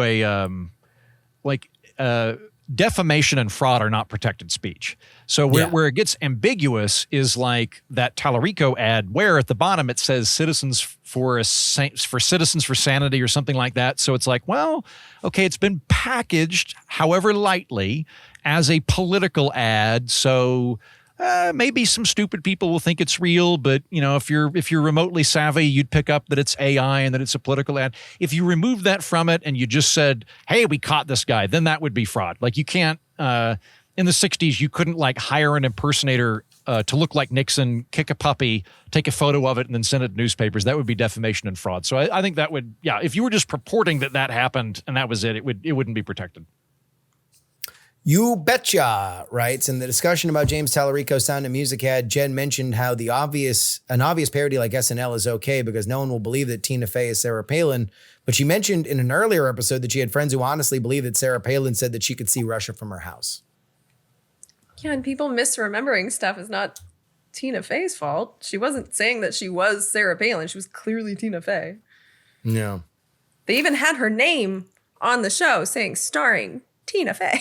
One of the problems that we have with bright lines for establishing the difference between protected speech and fraud, and there are gray areas, one of the bright lines that's difficult is if we use stupid people might misinterpret this as the bright line, then that's it, like game over. Like you can't use that as the litmus test. Fake and Gay writes, I think the focus on the Tallarico ad and the overall attack is less OMG trans and more, quote, this is a manufactured person, end quote. It's the Hillary issue where plain language conversations feel focus grouped. In the context of he's a real Texan, Republicans should love him. It connects the vegan and religious comments with an overall affect of a guy who's a pull string doll for HuffPo headlines. I mean, my read on it, watching it several times, was that it's making him out to look like a theater kid that's grown up and is rather effeminate and also insert culture war stuff. And that's what they're looking to do. So maybe if they're trying, I've not been following this campaign very closely. If Tallarico's the kind of guy that wears a cowboy hat and talks about his truck, maybe it's trying to downplay that, but I think it's trying to inject the culture war into a otherwise fraught election. Tallarico talks about Jesus a lot. He's a religious guy, and so the idea that he loves, he said he loves the trans kids that showed up to argue for their rights, but even if he loved trans kids because Jesus loved us all, like that still tracks. And I think that this ad is playing on anti-trans bigotry, full stop, and trying to make him seem like someone who loves trans people as if that's a bad thing. Jen, in Ken Paxton's defense, I would not want to run on being Ken Paxton if I were running a campaign. No. I think I am a corrupt adulterer as a weak spot, but culture war does he and really his wife well. reconciled. They canceled their divorce. Yeah. Oh, did they? Okay, it's a very real reconciliation that certainly isn't being done to move past the election. That's terrific, and in no way obviates the adultery.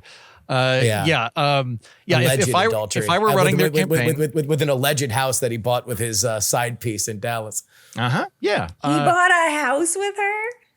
God, allegedly. This guy. Allegedly. That is if he hadn't reconciled with his goodly wife, which apparently definitely happened. It's very French to have an official wife and a mistress. That's what they should run on. Is Ken Paxton's not just corrupt, he's French. You want to know what? I have a friend of mine, we were talking about Graham Plattner, and we was like, you want to know what? Messy affairs, keep it to the House. You should have your affairs in order by the time that you get to the Senate. Like, your wife should know this is your side piece. Just settle it. Just settle the land a little bit. Keep all that messy shit in the House where people are coming out and being mad that you're fucking people on the side. Your wife should know who you're fucking on the side by the time that you get to the Senate. True. The Tallarico thing, real quick. They're a little overcompensating because he's a gay vegan. They feel is getting traction in the race. So they have him doing stops in barbecue places and leaking ex-girlfriends of his that are like, oh, look at this lady. He definitely fucked this lady. They fucked. Wow. Look at this lady he fucked. I've been very impressed on the damage control in that, like, after we talked about this last week, I went, this could be a fun Substack article. So I wrote a Substack article on, like, what are the constitutional elements that are at play here, free speech versus defamation, largely recapping what we talked about. And I was just trying to find the video so that I could hyperlink it. And when you put in James Tallarico favorite things, there are 15 immediate I love this about Texas. I, James Tallarico, love barbecue. I sure love football. Like, I don't know who's handling their SEO or if they've got a guy inside Google, but like, it's very difficult to find the advertisement itself because they've done such a good job of swamping the SEO results. Finally, Gross brings us on home. This Tallarico video and the deceptive cutting of the trans kid statements are the modern day equivalent of so-and-so loves black people. It's transphobic, disgusting, and wrong. Amen. The coming cultural conservative wave was what we covered as well. So depressing, right? So I'm honestly a little shocked at how sudden this turn toward conservatism has been. As a gay guy, it seems like we're losing decades of progress in just a few years. And the worst part is that it feels like idiocracy on steroids, looking at what's currently happening on the White House lawn, assuming this was written during the UFC event. Coupled with an absolute aversion to recognizing other people as human beings while focusing on trolling as the primary political goal. I feel this, but I also know the pendulum will swing back at some point. It always does. So I'm just kind of waiting this out.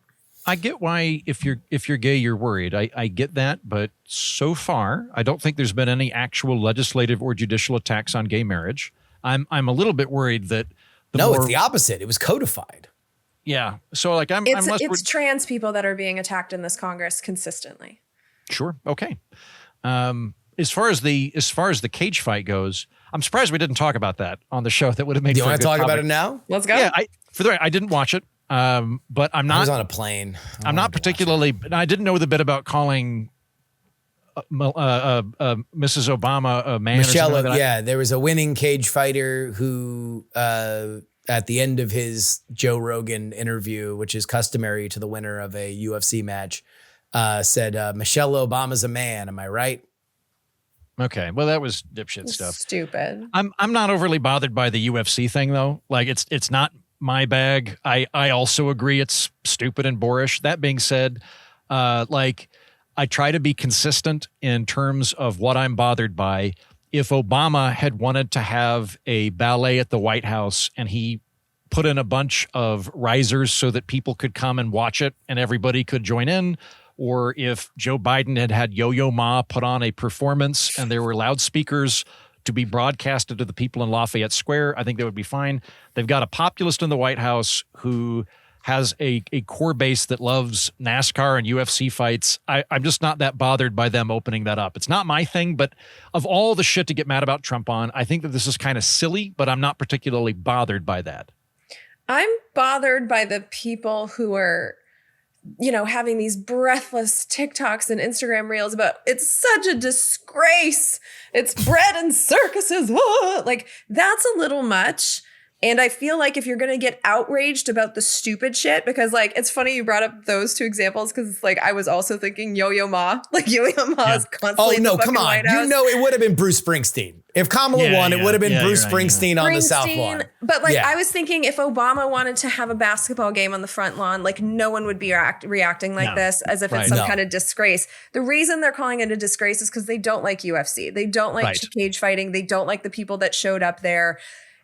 I will say the only thing that I found very distasteful and I think is quite frankly wrong is that Trump branded stuff was advertised there. So they like bought the advertising, Trump coin and like there was just too much personal business shit going on with the Trump family. Like that is where some outrage comes, but it's just like the Trump family is grifting on the entire presidency. So it's just like another notch on that grift.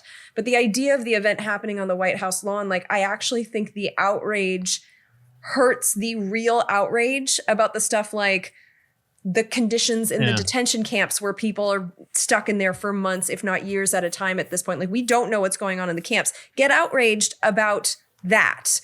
But if you have the same level of outrage about a UFC fight on the White House lawn, it makes it harder to take you seriously at all. I agree with that. I'll add to that in general, I don't like the idea of imbuing the presidency or the White House with quasi-religious reverence that can be besmirched. I don't think that's healthy for a republic. I think you should look at the president as the top bureaucrat who is the person in charge of the government, not the leader of the country. The country's very big. We didn't need any direction from the government in putting this podcast together today. Hollywood doesn't require directives from the government in terms of what films they're making.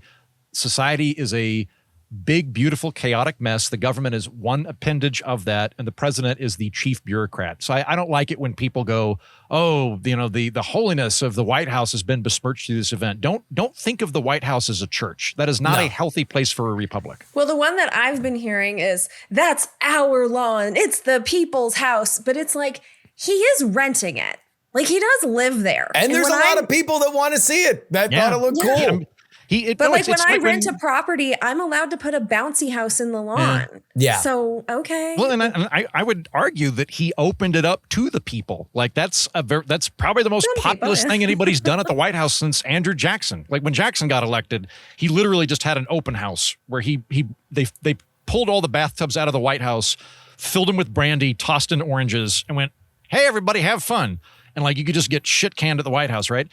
Since then, this is probably the most populous thing that they've done, where they opened it up to people to go watch a UFC thing. I think there's a lot of people that were able to get enfranchised into the White House. So I don't know if that's true, because I do know that, like, I remember Biden did an Easter egg hunt, and they do that all the time. Yeah, they always do that. But that's staff. It's also very carefully vetted and Understood. But that is 100% taxpayer paid for. It's only for one branch of religion. Like, if you're not Team Jesus, you don't get to have your events at the White House. Like, has there ever been a Muslim event at the White House?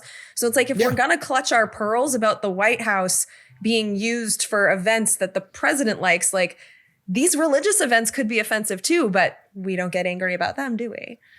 I do think that there are Ramadan events. I don't think there's anything to the point of the Easter egg roll, or to that point, the turkey pardon. But there are events that are held for Jewish and Muslim religious ceremonies. I thought that the guy saying Michelle Obama was a man was gross. This is what happens with the fight game. Now he's a villain and you're going to pay to see him try to get knocked out. That's the kind of thing. If I had my druthers, I would have loved a big boxing match. I think boxing is a little bit more elegant than UFC. I aesthetically like it more, but boxing's in a fucking shambles right now. I would have really preferred professional wrestling. John Cena retiring on the front lawn of the White House would have been great. They're not in that position. So we are where we are. And they did a cage fight. And one guy said a really ugly thing. Otherwise, I thought it looked phenomenal. I'm really glad the terrorist attack that was planned for it didn't happen. Or the thunderstorm with that metal fucking thing over them. And look, the main event was an American versus a European. And if you've not seen it, the walkout for the American began in the Oval Office with him looking at the original Constitution that is hung and framed on the wall. He walked out to the octagon and as a 6-1 underdog, beat the European in the main event. A huge upset. And then when being interviewed by Joe Rogan, he said, "You were a 6-1 underdog. How does that make you feel?" And he said, "Well, 250 years ago, we were a lot more than a 6-1 underdog. And it worked out for us then too."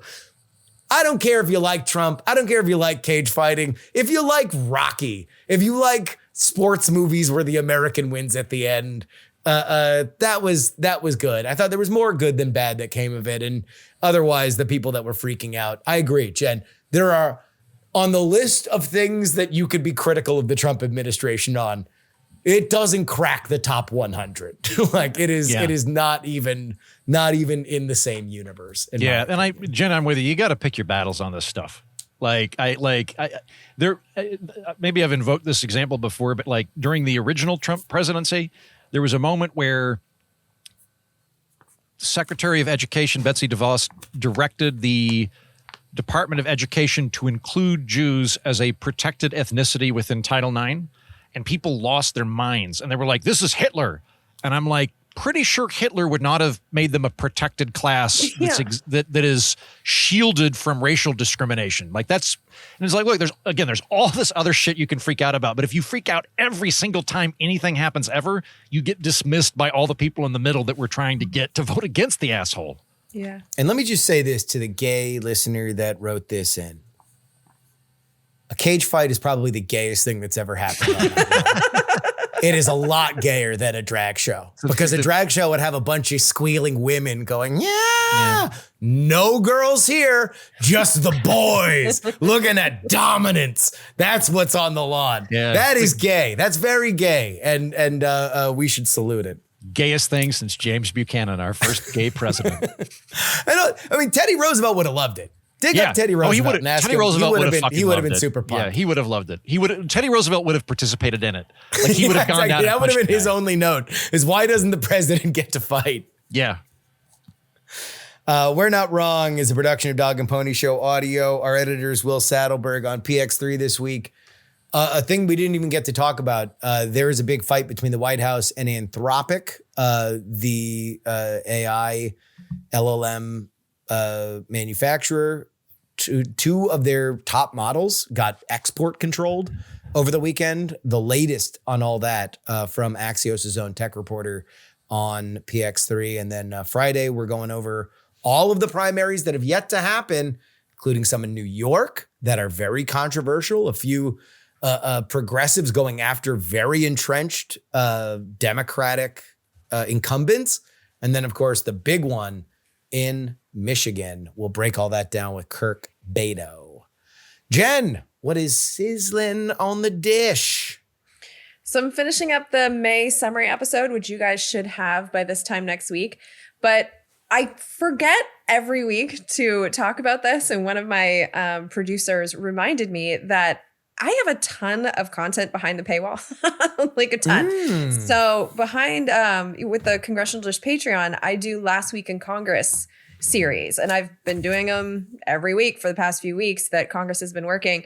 And that's where you find out what is happening before the bills become law. So it's like if it passes the House, I talk about it. If it passes the Senate, I talk about it. If they fail to do something big like they did with extending the FISA amendments, which is kind of big news, I talk about it. And so like the House is doing a bunch of stuff about fraud. In the last week, the week before that, at the end of last week's show here on We're Not Wrong, I talked about some environmental damage that the Republicans were trying to do. A lot of this doesn't become law, but you can find out what they're attempting to do on Last Week in Congress. And that's what I was talking about. I had just read that and done Last Week in Congress, which is why that was in my head. So yeah, if you want to know what Congress is attempting to do, even if they don't finish it, support my show on Patreon, Congressional Dish. And yeah, you'll have access to that every week that Congress works. Mr. Andrew Heaton. I'm doing week 2 of my special on company towns. The episode that dropped on Wednesday is contrasting the city of Pullman and the city of Hershey. For anybody unfamiliar with this, me going over the Pullman strike is about as close to Howard's Inn as I'm ever going to do on the program, I think. It is the story of a really big labor strike in American history and a really fascinating story. And then on the bonus side of it, I am doing the tale of Fordlandia. Are you all remotely familiar with Fordlandia? Because it's really fucking funny. Do you know this at all? You have told me about Fordlandia. Yeah. So Jen, very, very briefly, putting this succinctly, but I elaborate on a really fun episode on the bonus. Henry Ford, when he was running Ford Motor Company, owned every element of production for cars except for rubber.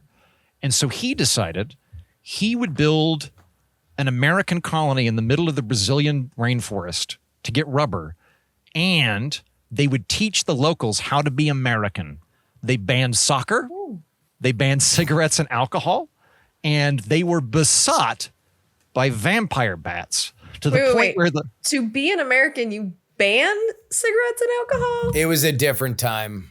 Yeah, because this is during Prohibition, or at least he was in favor of Prohibition. And Henry Ford viewed himself as like, Henry Ford is this like insane optimizer character. Like he's a vegetarian on the grounds that meat takes too long to process. so he's like pushing that on people. Like, you live longer. You spend less time digesting. It's just better. And so he can't make his managers do it, but he could make the people of the town. He's like, well, we just won't supply meat. If you want to leave the town, you can. We're in the middle of the rainforest. Good luck.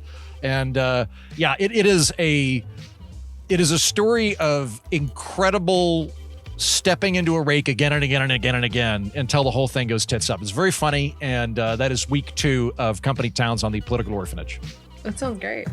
All right. Well, go ahead and get any and all of that. But until next time, this is your old friend, Justin Robert Young, for Andrew Heaton and Jen Briney, saying, we're not wrong. Beelzebub is.